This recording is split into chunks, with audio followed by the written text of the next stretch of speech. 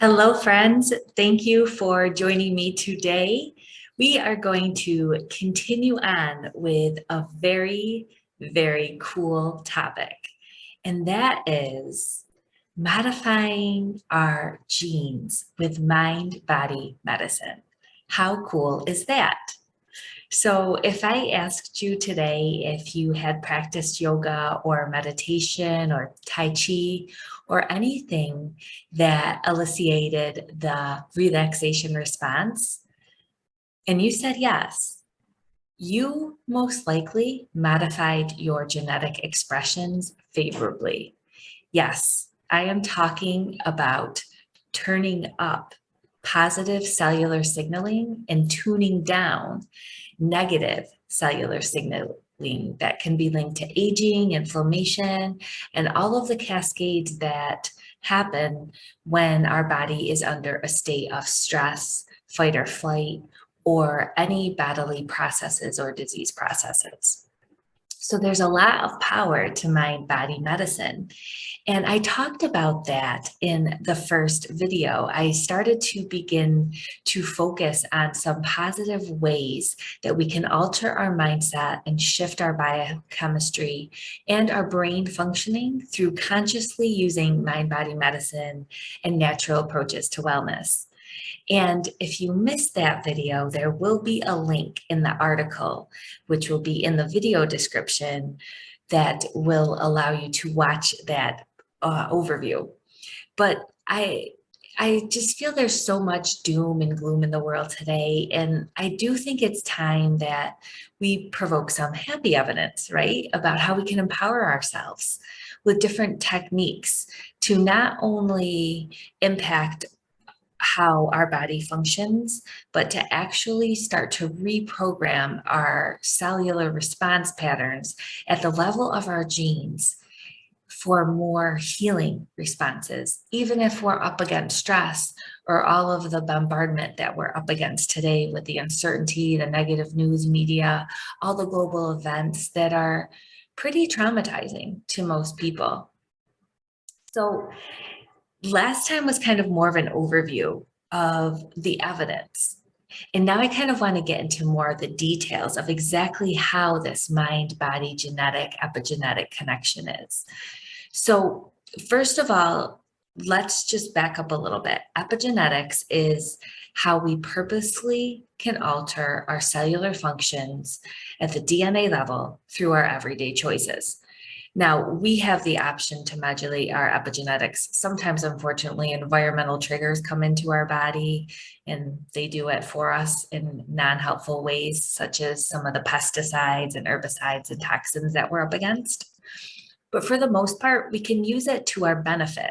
So some of the practices that you've heard about, mindfulness, meditation, yoga, Tai Chi, Qigong, even laughter, which I'll get to later on in the series, those all can change the epigenetic marks on the DNA of all of the cells in our body. And this is through either direct or indirect signaling patterns. So there was a 2000 systemic review published in Frontiers in Immunology, and it explored 18 studies, and it included different practices such as mindfulness, yoga, Tai Chi, Qigong, relaxation, and breath regulation.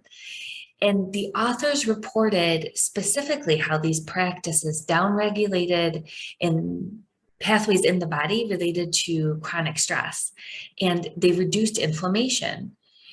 They went into real nitty-gritty details of the different cellular processes that were affected by these different practices.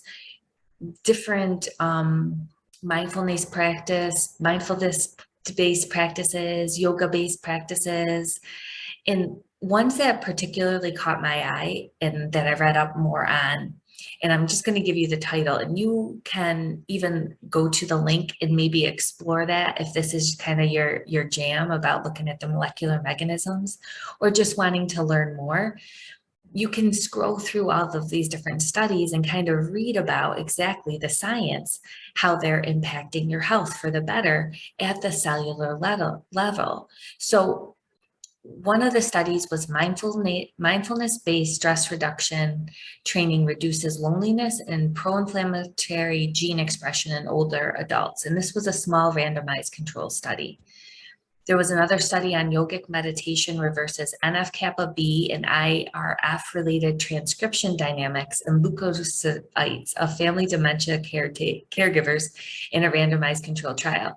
So NF-kappa B is related to inflammation, and IRF is linked to immune function. And leukocytes are a type of white blood cells. So they're measuring how these practices in caregivers who are stressed out, taking care of dementia that has affected their loved ones, how these practices actually help regulate inflammation and help immune function in the midst of all of this stress.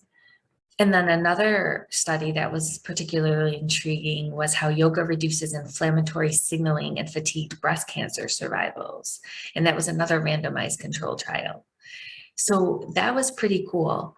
We can see the different patternings now, how they impact different processes that tell the cells to turn on or turn off and produce different signaling pathways in the body that can either lead us to more health or can potentially be telling the body, uh-oh, there's trouble going on and the cells aren't functioning as well as when we're kind of bathing our body in stress hormones, or maybe some foods that aren't as nourishing for us, or lifestyle practices that aren't that great for our body.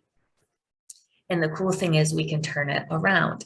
Now, the specific link between mind and body and these impacts of stress was studied in a 2020 mini review in Frontiers in Psychology. And they believed that these epigenetic patterns were specifically downregulating the negative impacts of stress. And they actually found in their paper that it countered the detrimental impacts that occur with stress. Sometimes they targeted the same gene targets.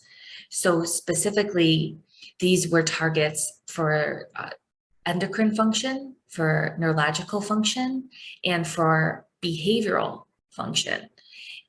If people are interested in the gene targets, they were FKB P5, SLC6A4, and BDNF, which we know is brain-derived neurotrophic factor, which is great for the brain. So that is pretty cool. Now, we can't say that this is a casual link, that mind-body medicine causes these impacts yet. We don't have that proof, but we do know that they are associated with these gene functions. So that is pretty strong evidence that we can use these different practices for both physical and emotional health. And this is specific for the causal pathways related to these cause and effects with stress. We do know that the randomized trials do show that there is an effect on genetics, epigenetics, just to make that clear. So where does this leave us? Well, most physical and emotional issues are either rooted in or caused by stress. And if we can stop or reverse the negative cellular signals of stress at the level of the mind, we can literally change our genetic destiny and rewire our brain and bodies to thrive versus survive. Back up a little bit here and say, this is why we love essential oils with our mind-body practices, right? Because that aromatic effect with the biochemical constituents is going to synergize with some of these impacts of our mind-body practices as well. So we now have the science behind these quote unquote energetic woo-woo medicine.